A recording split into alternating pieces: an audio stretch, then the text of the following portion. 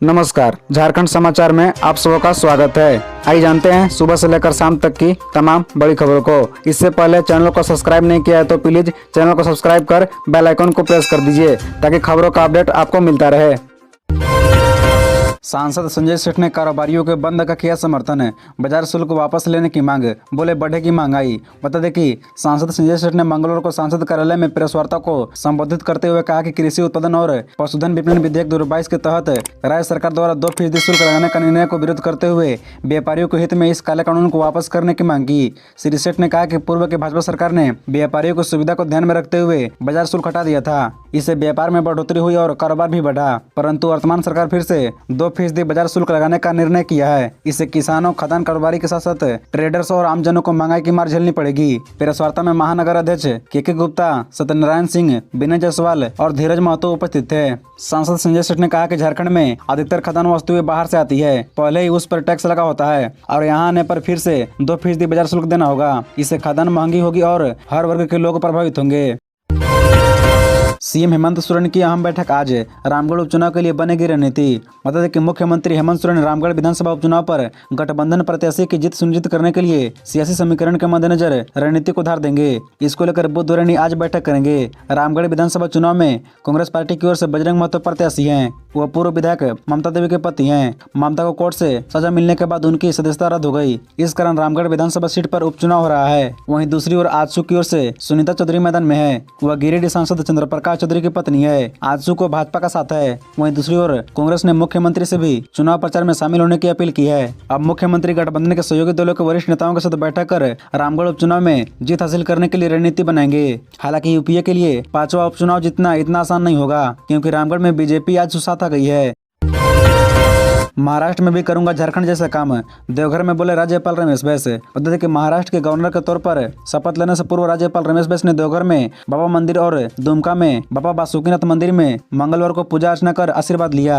राज्यपाल महाशिवरात्रि के दिन महाराष्ट्र में शपथ लेंगे। बासुकीनाथ मंदिर में पूजा अर्चना करने के बाद पत्रकारों को बताया कि जिस तरह झारखंड में निर्विवाद रूप से उन्होंने काम करके प्रदेश को आगे बढ़ाने का काम किया, उसी प्रकार महाराष्ट्र को भी आगे बढ़ाने का काम करेंगे। इसके लिए उन्होंने बाबा बैद्यनाथ और बाबा बासुकीनाथ में हाजिरी लगाकर भोलेनाथ से कामना की है। राज्यपाल रमेश बैस ने सपरिवार बाबा मंदिर की पूजा अर्चना कर बाबा का आशीर्वाद लिया। पूजा के पूर्व प्रशासनिक भवन में तीर्थ पुरोहितों द्वारा मनोच्चार के साथ उन्हें संकल्प कराया गया। उसके पश्चात राज्यपाल द्वारा 10 ज्योतिर्लिंगों में सर्वश्रेष्ठ बाबा बैद्यनाथ की विशेष पूजा अर्चना कर मंगल कामना की। रामगढ़ में तेज हुआ सियासी रण, बाबूलाल मरांडी ने हेमंत सरकार पर जमकर साधा निशाना। बता दें कि रामगढ़ में विधानसभा सीट पर 27 फरवरी को वोटिंग होनी है। रामगढ़ को लेकर सियासी लड़ाई तेज हो गई है। सभी पार्टियों के स्टार प्रचारक मैदान में उतर चुके हैं और आरोप प्रत्यारोप का सिलसिला जारी है। इसी कड़ी में बीजेपी विधायक दल के नेता सह पूर्व मुख्यमंत्री बाबूलाल मरांडी ने रामगढ़ में चुनावी सभा को संबोधित किया।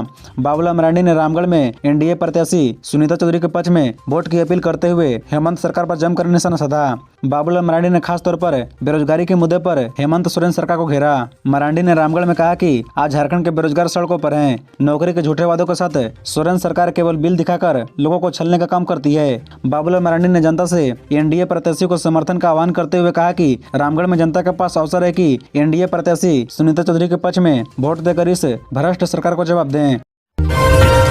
झारखंड में शहरी महिलाओं से कम बेरोजगार हैं ग्रामीण महिलाएं। बता दें कि झारखंड में बेरोजगारी की वर्तमान दैनिक स्थिति राष्ट्रीय औसत से अधिक है। देश में बेरोजगारी दर को लेकर centre for monitoring Indian economy ने अपनी जो हालिया रिपोर्ट जारी की है, उसके मुताबिक झारखंड के ग्रामीण क्षेत्रों की तुलना में शहरी क्षेत्रों के महिलाओं की बेरोजगारी अधिक है। ग्रामीण महिलाओं की बेरोजगारी दर जहाँ सबसे कम 5.1% है, वहीं शहरी महिलाओं की बेरोजगारी दर 11.5% है। यह दुगना से भी अधिक है। रिपोर्ट्स के मुताबिक झारखंड में बेरोजगारी की वर्तमान दर राष्ट्रीय औसत 8% की तुलना में 14.03% है। सीएमआई के आंकड़ों के मुताबिक देश में बेरोजगारी दर नवंबर में बढ़कर 8% पहुंच गई। अक्टूबर में यह आंकड़ा 7.77% था। रिपोर्ट्स के मुताबिक शहरी क्षेत्र में बेरोजगारी बढ़ी है। झारखंड के 1.5 लाख राशन दुकानों में लटक जाएंगे ताले, कृषि शुल्क विधेयक के विरोध। बता दें कि कृषि शुल्क विधेयक के विरोध में बुधवार को राज्य के 1.5 लाख खाद्यान्न व्यवसायी अनिश्चितकालीन हड़ताल पर चले जाएंगे। इस दौरान राज्य के सभी कृषि मंडियों में खाद्य वस्तुओं की आवक जावक पूरी तरह से बंद रहेगी। साथ ही फल एवं सब्जी मंडी की थोक दुकानें भी बंद रहेगी। झारखंड चैम्बर के अध्यक्ष किशोर मंत्री ने मंगलवार को चैम्बर भवन में 15 फरवरी से अनिश्चितकालीन हड़ताल की घोषणा करते हुए कहा कि इस फैसले से राज्य के खाद्य वस्तुओं की उपलब्धता प्रभावित होगी। इससे आने वाले दिनों में उपभोक्ताओं को परेशानी भी होगी और विधेयक के प्रभावी होने से खाद्य वस्तुओं की कीमतें बढ़ेगी। साथ ही इंस्पेक्टर राज को प्रोत्साहन मिलने की प्रबल आशंका है। उन्होंने कहा कि उपभोक्ताओं को महंगाई से बचाने के लिए यह निर्णय लेना हमारी मजबूरी है। हम अपना व्यापार बंद करने के लिए विवश हैं। चैम्बर के मुताबिक इस दौरान राइस मिल, फ्लोर मिल सहित अन्य खाद्य उत्पादक भी अपने प्लांट से बिक्री बंद रखेंगे। झारखंड में बीमारी से कम सड़क हादसे में ज्यादा मरते हैं लोग।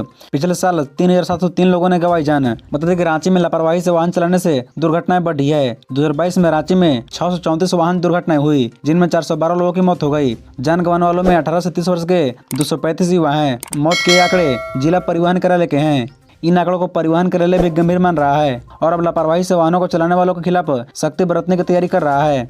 बता दें कि जिला प्रशासन ने भी ट्रैफिक पुलिस को लापरवाही से वाहन चलाने वालों के खिलाफ कार्रवाई करने को कहा है। 2023 के शुरुआती आंकड़े भी चौंकाने वाले हैं। जनवरी में 64 हादसे हुए, जिनमें 41 लोगों की मौत हो गई है और 5 फरवरी तक 15 हादसे हुए, जिनमें 8 लोगों की मौत हो गई है। और साथ ही पूरे झारखंड में 2022 में 5067 दुर्घटनाएं हुई, इनमें 3703 लोगों की मौत हो गई। मौत का सबसे बड़ा कारण ओवर स्पीडिंग रहा। 2021 की तुलना में 2022 के सड़क हादसे 11 बढ़े हैं। झारखंड के बेरोजगारों को गांव में ही रोजगार देने की योजना हुई फेल। जाने मंत्री आलमगीर आलम ने क्या कहा। बता दें कि झारखंड में गांव के बेरोजगारों को उनके ही गांव में रोजगार देने की योजना फेल हो रही है। अब मजदूरों को उनके गांव में ही रोजगार देना संभव नहीं हो रहा है। ऐसा मनरेगा की योजना में नया नियम लागू कर देने से हो गया है। ग्रामीण विकास मंत्री आलमगीर आलम ने कहा कि केंद्र की भाजपा सरकार ने सबसे अहम मनरेगा का बजट घटा दिया है, जिससे अब गरीबों को रोजगार देना मुश्किल होगा। बता दें कि केंद्र के नए नियम के तहत अब हर पंचायत में एक बार में मात्र 20 योजनाएं ली जा सकेगी। इन योजनाओं की समाप्ति के बाद ही नई योजना ली जा सकती है। स्थिति यह है कि किसी किसी पंचायत में 20 से 30 गाँव भी हैं। इस तरह कई गाँव योजना से वंचित रह जाएंगे। वहीं एक योजना 6 या इससे अधिक समय तक चलती है। इस वजह से दूसरी योजना लाने में भी काफी समय लगेगा। कुल मिलाकर रोजगार पूरी तरह घट जाएगा। मानव दिवस सृजन करने का अभियान फेल हो जाएगा। आज स्थानीय लोगों की पहचान की लड़ाई लड़ रहे हैं हम, लातेहार में बोले सीएम हेमंत सोरेन। बता दें कि मुख्यमंत्री हेमंत सोरेन ने कहा कि हमने जब से सत्ता संभाली है, यहाँ के आदिवासी और मूलवासियों की भलाई के लिए काम किया है। हमारी लड़ाई यहाँ के लोगों को उनकी पहचान दिलाने के लिए है। मुख्यमंत्री ने लातेहार में खतियानी जोहार यात्रा में उक्त बातें कही। गौरतलब है खतियान आधारित स्थानीय नीति को लेकर झारखंड मुक्ति मोर्चा की बातें विरोधाभासी है। जहां एक और मुख्यमंत्री खतियानी जोहार यात्रा निकाली है, इसमें 1932 से खतियान आधारित स्थानीय नीति का प्रचार किया जा रहा है। वहीं दूसरी ओर झामुमो के केंद्रीय महासचिव सुप्रियो भट्टाचार्य ने कहा कि 1932 नहीं बल्कि खतियान अस्थानीयता का आधार होगा। ऐसे में जनता तय नहीं कर पा रहा है कि वास्तविकता क्या है। विपक्ष पर निशाना साधते हुए सीएम ने कहा कि डबल इंजन की सरकार ने कई सालों तक राज्य को लूटा। उन्होंने कहा कि जो भी नीतियां राज्य सरकार बनाती है उन्हें असंवैधानिक बताया जाता है। उन्होंने कहा कि हमने राज्य में खतियान आधारित नियोजन नीति बनाई, इसे भी असंवैधानिक बताकर राज्यपाल ने लौटा दिया।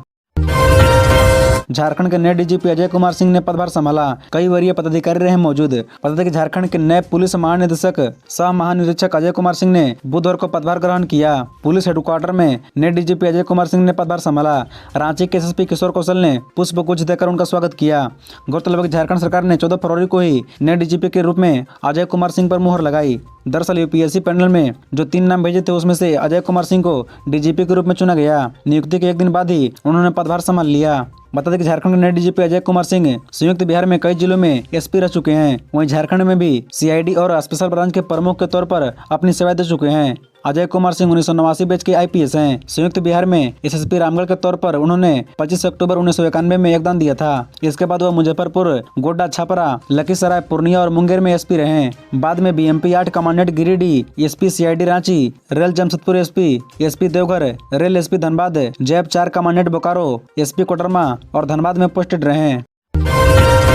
देवघर में शिव बारात पर एसडीओ के आदेश से मची खलबली। सांसद निशिकांत दुबे पहुंचे झारखंड हाईकोर्ट। बता दें कि देवघर एसडीओ दीपांकर चौधरी ने आदेश जारी कर महाशिवरात्रि के दिन पूरे देवघर अनुमंडल क्षेत्र में निषेधाज्ञा लागू कर दिया है। साथ ही शिव बारात निकालने के लिए भी आदेश जारी किए हैं। एसडीओ के आदेश के बाद शहर में खलबली मच गई है। एक और जहां एसडीओ ने पूरे अनुमंडल क्षेत्र में निषेधाज्ञा लागू करते हुए आदेश दिया है कि शिव बारात जिला प्रशासन द्वारा निर्धारित रूट से ही निकाली जाएगी। इसके लिए बारात के भ्रमण पर पूर्णतः प्रतिबंध रहेगा।